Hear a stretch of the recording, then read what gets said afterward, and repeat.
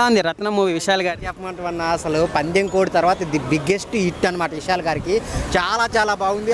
మన విశాల్ యాక్టింగ్ చాలా బాగుందండి. అందరు బాగా చేశారు. అందరూ బాగా చేసినారు. కిరాక్ ఉన్న మూవీ చాలా డిఫరెంట్ కాన్సెప్ట్తో వచ్చింది. మార్క్ యాంటోనీ కంటే ఇది ఒక భిన్నమైన కథ.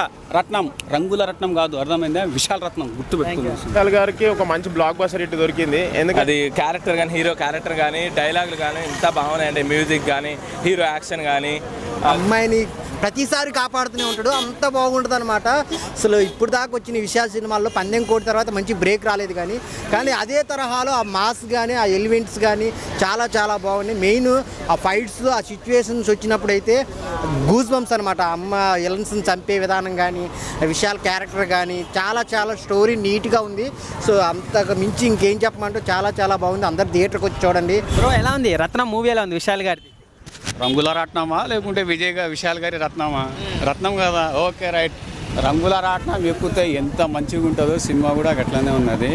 మార్క్ యాంటోనీకి భిన్నంగా సినిమా ఉంది. ఇది ఒక హీరోయిన్ యొక్క పర్ఫార్మెన్స్ కానీ, విలన్ యొక్క పర్ఫార్మెన్స్ కానీ, ప్రొడక్షన్ వాల్యూస్ కానీ వెరీ నైస్ అండి. ఫైట్లు ఎలా ఉన్నాయండి రత్నం మూవీలో? విశాల్ గారి ఫైట్స్ అన్ని ఎలా అనిపించినాయి? 6 అడుగుల పర్సనాలిటీ, 6 ఇంచుల బుల్లెట్ దూసుకోపోతే ఎట్లుంటుంది? ఇదేమో రత్నంలో సేమ్ అట్లే ఉన్నాయి. నిజంగా చెప్తున్నా, విశాల్ ఒకవేళ మన తెలుగు ఇండస్ట్రీకి ఉండాల్సినటువంటి వ్యక్తి, ఆయన అటువైపు వెళ్ళిపోయాడు. ఇప్పటికీ బాధ అది తెలుసా నీకు?